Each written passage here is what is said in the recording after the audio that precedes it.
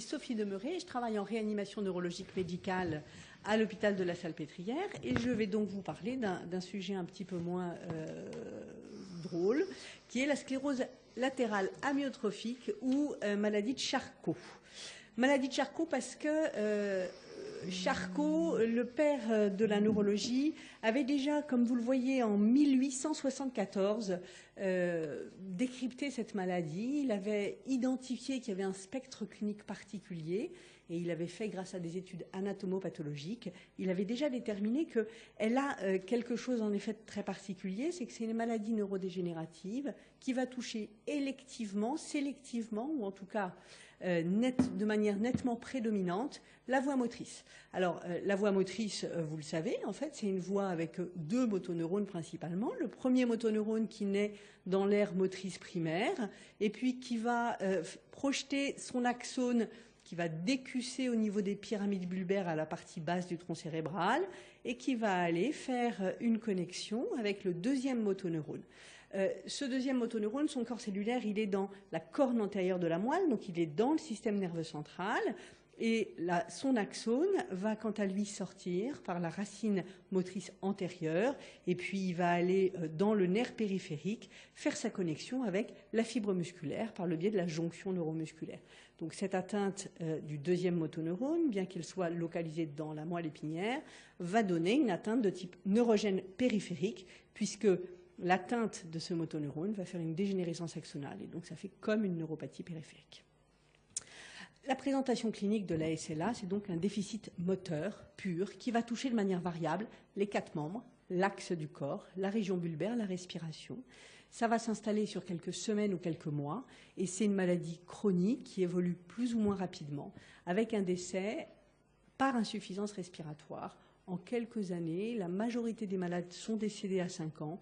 Il y a des formes rapides à début respiratoire qui vont décéder en quelques mois et des formes plus lentes, en particulier où l'atteinte centrale est prédominante, qui peuvent vivre plus de 5 ans, parfois 10 ans. Le déficit moteur qui touche les membres, ça peut commencer par un seul membre et on appelle ça un début monomélique ou d'emblée plusieurs membres, s'étendent d'emblée à plusieurs membres. Ça peut être membre supérieur droit, membre inférieur gauche, hein, ça peut être en patchwork. L'atteinte, elle prédomine en distal au début plus qu'en proximal. Elle est souvent asymétrique et elle a comme caractéristique de s'associer à des crampes fréquentes et des fasciculations. Les fasciculations, c'est des tressautements musculaires sous la peau qui sont visibles et qui sont parfois pas toujours ressentis par le patient. C'est très évocateur de SLA. Ça n'est pas pathognomonique, mais c'est très évocateur de SLA. Le déficit axial, il est un petit peu plus rare. Le plus fréquent, c'est le déficit des extenseurs du cou, et ça va donner une tête tombante. Et de manière encore plus rare, il peut y avoir un déficit des muscles paravertébraux, responsable d'une camptocormie, c'est-à-dire de patients qui marchent le tronc penché en avant. L'atteinte bulbaire, elle est très très importante, à la fois pour son retentissement, à la fois parce que c'est très caractéristique et évocateur de SLA. L'atteinte, cette paralysie, c'est une paralysie des muscles dont on dit qu'ils sont d'innervation bulbaire, parce que les noyaux de ces nerfs crâniens sont situés dans le bulbe rachidien, à la partie basse du tronc cérébral. Et la paralysie va toucher principalement les muscles du larynx et les muscles de la langue. Ça va être responsable, premièrement, d'une dysphagie avec des troubles de la déglutition, donc vous savez qu'ils prédominent au départ sur les liquides dans les atteintes d'origine neuromusculaire, avec des fausses routes et un encombrement du carrefour pharyngo-laryngé. Il va y avoir des conséquences nutritionnelles, bien sûr, les patients vont avoir du mal à s'alimenter, et un risque respiratoire qu'on précisera tout à l'heure. Cette atteinte bulbaire, elle va être responsable d'une dysarthrie plus ou moins sévère, mais de manière assez courante. On peut aller jusqu'à l'anarthrie avec l'impossibilité complète d'articulation et donc une grande difficulté de communication avec le patient. L'atteinte respiratoire, c'est bien sûr capital parce qu'elle est constante, que c'est celle-ci qui va entraîner le décès du patient avec un délai encore une fois variable selon les formes de la maladie et qu'elle est responsable du décès. Cette atteinte respiratoire, Tarek en a déjà parlé, c'est commun à nos trois topos, c'est la même dans toutes les atteintes neuromusculaires. Elle est liée à plusieurs facteurs. Elle est liée à l'atteinte des muscles respiratoires inspiratoires, le diaphragme et les muscles accessoires, le sternocleidomastoïdien, les intercostaux principalement. Et cette atteinte respiratoire inspiratoire, elle va être responsable d'une hypophonie, parce que pour parler correctement, il faut que j'ai une capacité vitale à peu près respectée, et surtout d'une insuffisance respiratoire restrictive, avec une petite capacité vitale. L'atteinte des muscles expiratoires, les abdominaux principalement, a un rôle important, avec une toux altérée, voire inefficace, et donc un désencombrement impossible. Alors la SLA, c'est une myriade de variants. C'est parfois un diagnostic très facile et puis parfois un diagnostic difficile.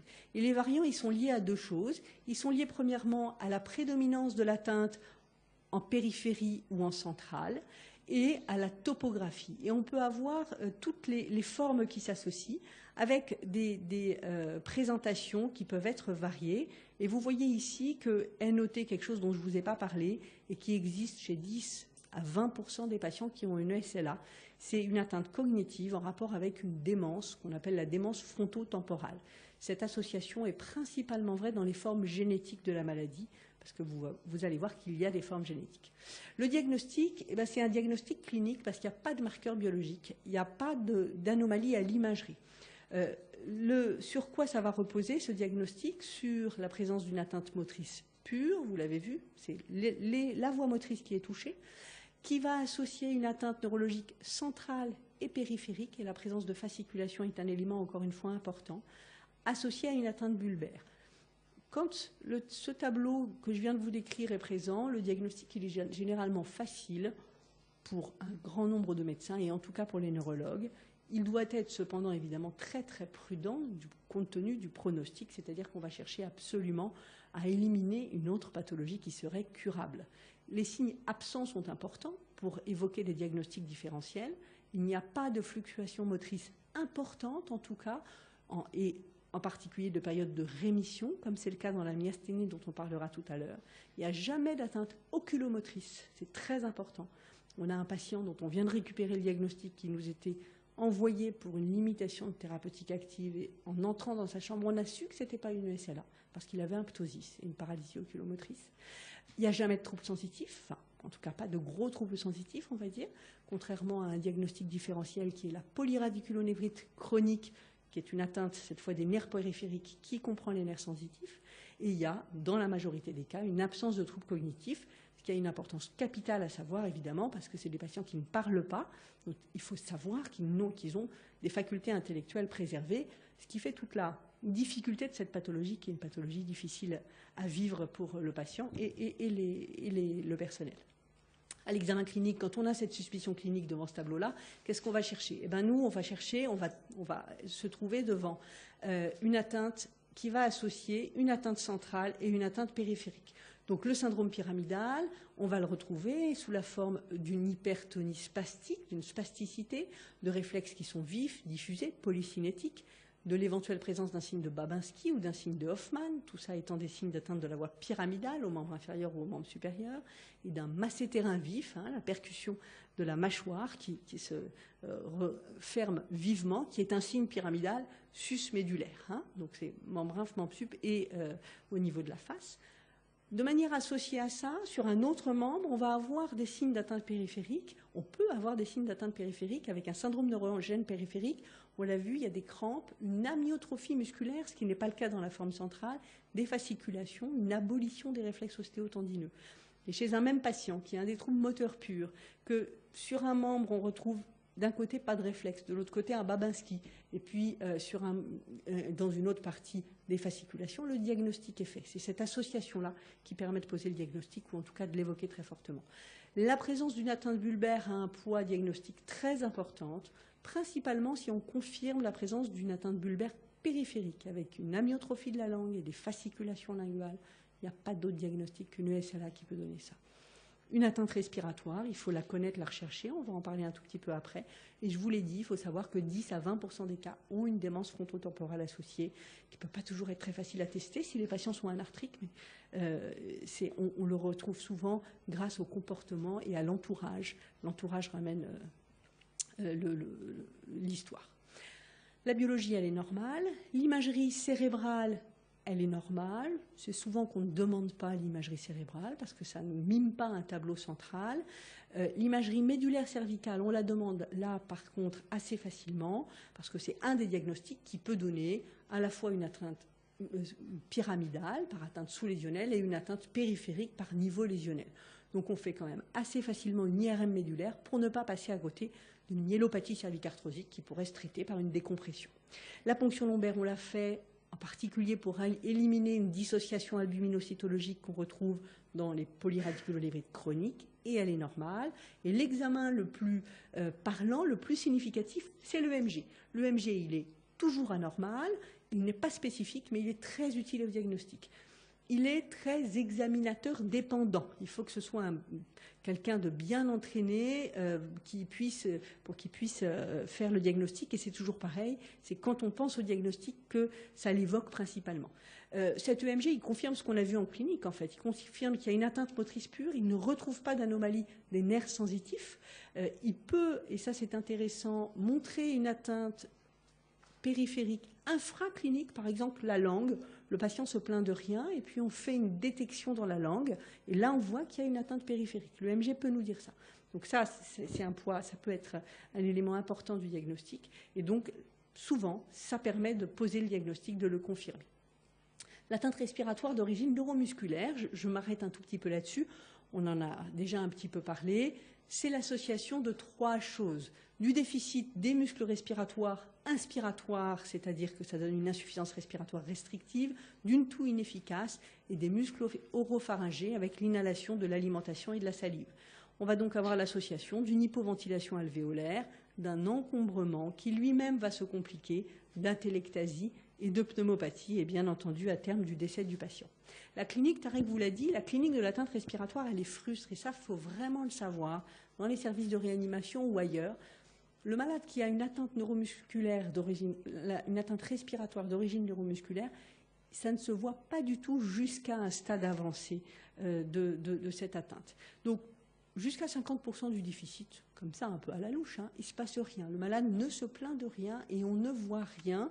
Et la seule manière de faire la diagnostic à ce moment-là, c'est de faire une étude, une mesure de la capacité vitale. Sinon, il ne se passe rien. Souvent, les patients sentent des choses avant que nous le voyions. C'est ce que disait Tarek, et il parlait de l'anxiété. L'anxiété, c'est un bon signe. Un patient anxieux, ça peut être un signe qu'il a une atteinte respiratoire infraclinique. Un signe précoce est l'orthopnée. Un patient qui a une atteinte neuromusculaire, respiratoire, va avoir envie de dormir avec des oreillers, il va avoir du mal à dormir allongé, ça aggrave sa gêne respiratoire. La dyspnée bruyante très visible, elle est tardive. Au départ, il y a une polypnée superficielle, il peut y avoir une dyspnée à la parole. À un stade plus évolué, on va avoir une mise en jeu des muscles respiratoires accessoires, principalement le sternocleidomastoïdien, et on voit les patients qui respirent avec leur cou, la respiration abdominale paradoxale, le ventre rentre à chaque inspiration au lieu de sortir, l'aggravation en décubitus, je vous en ai parlé. La toux, c'est très important de l'examiner, bien entendu. On met la main sur le ventre et on demande au patient de tousser, on écoute et on sent. Et l'absence de toux est un facteur de risque de détresse respiratoire. On évalue également la présence d'un encombrement bronchique. Tarek vous l'a dit, il n'y a pas de marge de sécurité chez ces patients. Quand les symptômes sont là, ça veut dire qu'il n'y a plus de réserve et qu'ils peuvent décompenser brutalement. Les deux facteurs de décompensation les plus fréquentes, c'est l'atelectasie, ils ne toussent pas, ils ont des fausses routes, ils se mettent un petit bouchon là, pouf, ils ont déjà 50% de capacité vitale, ils passent à 25% et ils font la grande détresse respiratoire brutale, alors qu'ils avaient l'air de respirer tout à fait normalement. Et la pneumopathie, bien entendu. Alors là, on va tous insister là-dessus, les gaz du sang, ce n'est pas un examen qui doit vous rassurer parce que l'hypercapnie, elle est tardive. Les gaz du sang, ils sont normaux jusqu'à une phase avancée. La radio de thorax également, elle est normale, sauf s'il y a déjà une complication, une pneumopathie d'inhalation, des atelectasies. C'est l'aspirométrie qui peut poser le diagnostic. Là, évidemment, dès le début de l'atteinte restrictive, on va avoir une baisse de la capacité vitale. Et alors ça, c'est pas valable là pour la SLA, c'est pour les maladies aiguës qu'on intube sans problème. On parlera de la SLA plus précisément. Pourquoi ce gaz du sang, il est normal longtemps? Pourquoi la capnie, elle est normale? Vous vous rappelez que le dioxyde de carbone, il est évacué et son élimination dépend de la ventilation alvéolaire. La ventilation alvéolaire, dépend du volume courant. Donc la PaCO2, la résultante, c'est la résultante de la production de CO2 et de la ventilation alvéolaire. Qu'est-ce qui produit le CO2? Principalement le muscle. C'est les malades qui sont amyotrophiés, très déficitaires. Ils ont beaucoup moins de production de CO2. Donc, ils en ont moins à évacuer. Ça, c'est un premier facteur. Le deuxième facteur, c'est que la ventilation minute, c'est la fréquence respiratoire fois la capacité vitale. Si le malade a une restriction de capacité vitale de 50%, dirons-nous, il suffit qu'il respire à 30 pour assurer une ventilation minute normale. C'est pour ça qu'on va voir au départ une polypnée superficielle. Tout se passe bien, sauf qu'il respire 2 fois plus vite que nous. Et 30 dans nos services, on n'est pas très impressionné par 30 de fréquence respi. Ce malade-là, il peut avoir 50% de capacité vitale de moins. Et il ne se passe rien, il n'a aucune gêne. Il respire plus vite que les autres.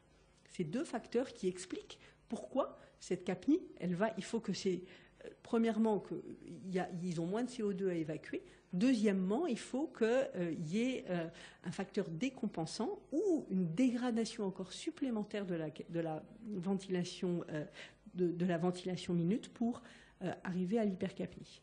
Pourquoi la PO2, ça diminue quand la PCO2 augmente? Parce qu'il y a une équation que vous avez sans doute oubliée, ou peut-être pas, parce que vous êtes plus jeune, qui est l'équation des gaz alvéolaires, qui dit que la PaO2, elle dépend de la pression inspirée en oxygène, moins de la petite a CO2, c'est-à-dire de la pression dans l'alvéole, sur un facteur R. Donc vous voyez 2 choses, que quand la PCO2, là c'est la normale, 40 à peu près, d'accord? Et on a 100 de PO2. Quand la pression partielle en CO2 elle augmente, eh ben, de manière inversement proportionnelle, la pression en oxygène elle diminue. D'accord? Deuxième, ça vous montre 2 choses. Premièrement, c'est chez ce patient-là qui a 60 de capnie et 70 de PO2. Si je normalise sa capnie en le ventilant, je vais normaliser sa PO2 sans oxygène, juste en normalisant sa capnie. Ça vous montre une deuxième chose. Si je ne le ventile pas, là, tout de suite, je n'ai pas le temps, j'ai pas le matériel surtout, j'augmente sa pression inspirée en sa FiO2 et ça va normaliser très facilement sa PO2, puisqu'elle dépend aussi de la pression inspirée en oxygène. Donc un petit peu d'oxygène suffit à normaliser très facilement la PO2. La membrane alvéolo-capillaire va très bien, il n'y a aucun problème de diffusion. C'est uniquement une histoire mécanique que je viens de vous montrer. Donc l'hypoventilation alvéolaire, elle donne l'hypercapnie, tardivement on l'a vu, elle est liée à la diminution de la ventilation alvéolaire, et puis les bicards vont s'élever bien entendu pour que le malade reste normo-pH. L'hypoxémie, c'est la conséquence de l'hypercapnie, elle est très facilement corrigeable par de l'oxygène, et elle se corrige avec normalisation de la capnie, par exemple avec de la VNI. Ça veut dire quoi? Ça veut dire que si mon malade reste hypoxémique, soit que je suis obligé de l'augmenter beaucoup le débit d'oxygène, soit je lui ai mis de la VNI et il a besoin d'oxygène, une FiO2 supérieure à 21%, il y a autre chose que l'hypoventilation alvéolaire. Il y a une atélectasie, il y a une pneumopathie, il y a une embolie pulmonaire. Il faut que je cherche autre chose. Ce qui est souvent le cas, soyons honnêtes, parce qu'ils ont déjà un petit peu d'atélectasie, un peu de... Mais voilà, il faut le garder en tête. Les EFR, c'est bien sûr intéressant. Vous voyez que ça donne, ce qu'on regarde, c'est ça, la capacité vitale, la baisse de la capacité vitale fonctionnelle, qui chez ce patient-là était à 28%. Deuxième chose qu'on regarde attentivement, c'est la chute de la capacité vitale entre la position assise et couchée. Une insuffisance respiratoire restrictive a d'autres étiologies que l'origine neuromusculaire, et les patients peuvent avoir une scoliose, une obésité, tout ça, ça donne une insuffisance respiratoire restrictive. Est-ce que c'est neuromusculaire ou pas? Si ça s'aggrave en position couchée, c'est un bon argument en faveur de l'atteinte neuromusculaire. Sur le plan paraclinique, on peut évaluer, mais franchement, on le fait moins fréquemment, le débit de pointe pour évaluer la toux. Nous, on le fait cliniquement, mais on peut faire, au moment des EFR, un débit de pointe mesuré à partir de la CPT, la capacité pulmonaire totale. C'est corrélé à la toux et on peut faire un débit de toux avec un peak flow pour mesurer ça. Je ne suis pas sûre que ça apporte grand-chose par rapport à la main et à l'oreille à l'examen. L'épidémiologie de la SLA, c'est 1000 nouveaux cas annuels, 6000 cas en France La maladie débute à 60-65 ans, médiane de survie 36 mois, ça veut dire les patients, la moitié des patients sont décédés avant 36 mois, l'autre moitié décède après 3 ans. L'atteinte des muscles respiratoires, elle est constante, je vous l'ai dit, c'est la cause de décès. Sporadique, dans 90% des cas, il y a quand même 10% des patients qui ont des formes familiales de la maladie, ce qui pose évidemment des grandes difficultés de diagnostic préclinique vu le pronostic catastrophique de la pathologie. Donc c'est vraiment les généticiens qui doivent prendre ça en charge. On ne peut pas faire n'importe quoi. Voilà, dans la génétique, ça a beaucoup avancé puisque vous voyez, bon, ça c'est les formes sporadiques, ça c'est les formes génétiques. Maintenant, en 2013, il y a juste un quart des formes génétiques dont on ne connaît pas le gène. Donc c'est très peu. Il y a un très bon, surtout depuis 2013, où on a découvert, 2011, excusez-moi, où on a découvert ce dernier gène, le C9orf72. Et donc là, on arrive à dépister beaucoup de formes. Alors, sur le plan physiopathologique, ça va aller encore plus vite que le Guillain-Barré parce qu'on ne sait pas du tout, en fait. Il y a plein de pistes. On sait qu'il y a un rôle du stress oxydatif en particulier parce que la première mutation qui avait été détectée en 1993, elle porte sur une enzyme qui s'appelle la superoxydismutase qui joue un rôle dans la détoxification du NO. Donc, on sait qu'il y a un rôle du stress oxydatif. On sait sur les modèles animaux et sur les modèles autopsiques qu'il y a des anomalies des neurofilaments, qu'il y a une présence d'agrégats ubiquitinés qui s'accumulent dans les motoneurones et on ne sait pas si c'est l'accumulation d'une protéine toxique ou juste le témoin d'une enzyme qui ne marche pas. Il y a, et ça c'est quelque chose qui a été un peu nouveau, des anomalies de la jonction neuromusculaire, alors qu'on pensait que ça partait des motoneurones. Peut-être qu'il y a aussi un rôle de toxique qui partirait de la jonction pour remonter vers le haut. Il y a un déficit énergétique mitochondrial et une inflammation. Les gènes, on ne sait pas à quoi ça sert, je ne vais pas m'étendre. Il y a un rôle très probable dans la régulation de l'ADN et de l'ARN. On n'en sait pas plus. Comment on prend en charge ces patients? Le Rilutex, c'est le seul médicament qu'a l'AMM, un effet très modeste, c'est un antiglutamate. Ralentissement de l'évolution, ça réduit la mortalité à 18 mois d'environ 10%. Très peu, sauf que comme toujours, ça c'est statistique, individuellement on ne peut pas prédire, il y a des patients que probablement ça stabilise un petit peu. C'est un rôle très important pour nous, neurologues, pour la prise en charge du patient, pour les familles, pour ne pas dire vous avez la SLA et merci, au revoir, il n'y a aucun médicament. Au moins, ça permet voilà, ça aide beaucoup à la prise en charge. Les traitements associés, c'est hyper important. Les antalgiques qui peuvent avoir des douleurs. Les régulateurs du transit, c'est primordial, comme chez tous les patients neuromusculaires paralysés, parce qu'ils sont au lit, ils ne boivent pas beaucoup, et ça peut aggraver l'atteinte respiratoire, donc il faut surtout y penser. Bien entendu, les anxiolytiques, les antidépresseurs, c'est une maladie très, très difficile à vivre, même s'il n'y a pas plus de syndrome dépressif que dans la population générale. Donc, attention à nos projections sur les patients de maladies terribles. Eux vivent, c'est autre chose. Il faut la prise en charge symptomatique, il faut prendre en charge les troubles de la déglutition avec l'intervention des orthophonistes qui nous aident beaucoup, qui aident beaucoup les patients. Pour minimiser le risque de fausse route, qu'est-ce qu'on fait? On fait une alimentation moulinée, on fait une alimentation fractionnée, pas 3 repas, mais 5, 6 par jour. On apprend aux patients à manger le menton sur la poitrine, ce qui diminue le risque de fausse route. Et on leur donne de l'eau pétillante ou de l'eau gélifiée, plus que de l'eau plate. On prévient la dénutrition avant qu'elle n'arrive en donnant des crèmes hyperprotidiques pour éviter, ça diminue probablement, enfin la dénutrition aggrave le déficit moteur. Et on discute de la gastrostomie, d'alimentation, qui est une discussion difficile et surtout de savoir à quel moment on discute ça avec le patient.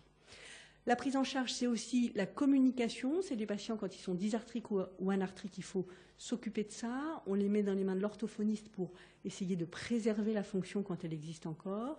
Les psychomotriciens nous aident à adapter des moyens de communication. Bien sûr, quand ils peuvent écrire, ça facilite beaucoup les choses, mais quand ils sont paralysés des bras, ils ne peuvent plus écrire. Alors on peut épeler sur un alphabet, c'est bien, mais c'est un peu lent.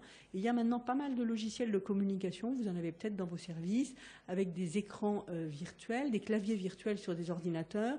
Et la souris est commandée soit par les yeux, soit par le nez, avec un petit patch sur le nez. Et les patients commandent leur clavier. Ça demande quand même des gens avec un état cognitif très solide et un entraînement important. Mais il y a des patients qui sont transformés avec ça, qui passent leur vie sur Internet à tchatcher, à faire des SMS, des mails, enfin voilà.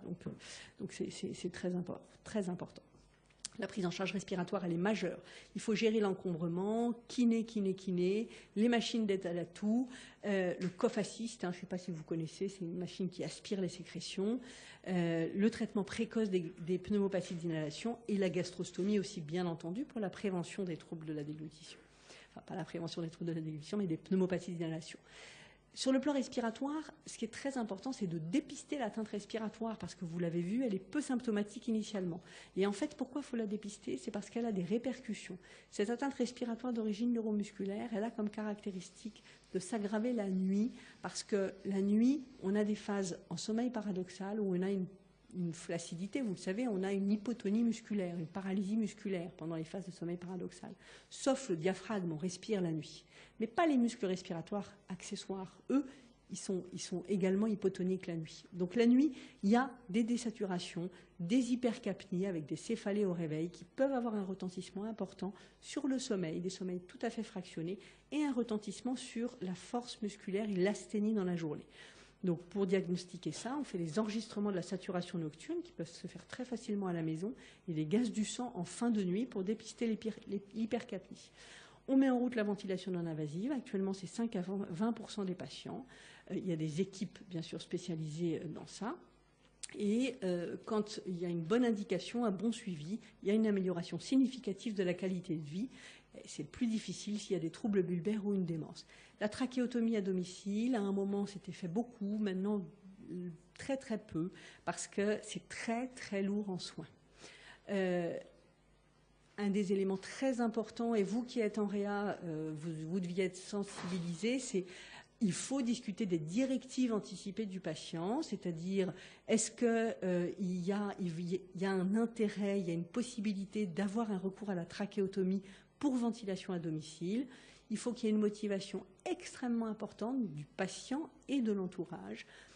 Deuxième question, faut-il qu'il y ait recours temporaire à la ventilation mécanique en cas de pneumopathie, même si ça ne débouche pas sur une trachéotomie? Ces questions, elles doivent être abordées au préalable, et c'est pas très facile en fait, parce que c'est un malade, c'est dur de lui dire, bon, vous savez, quand vous allez mourir là, de l'atteinte respiratoire, au fait, vous voulez qu'on vous ventile ou pas? C'est compliqué, ils sont déjà dans quelque chose de très triste, très dur, donc il ne faut pas trop juger les neurologues qui ne le font pas suffisamment tôt, à notre goût aussi quand on reçoit les malades. Mais bon, c'est compliqué.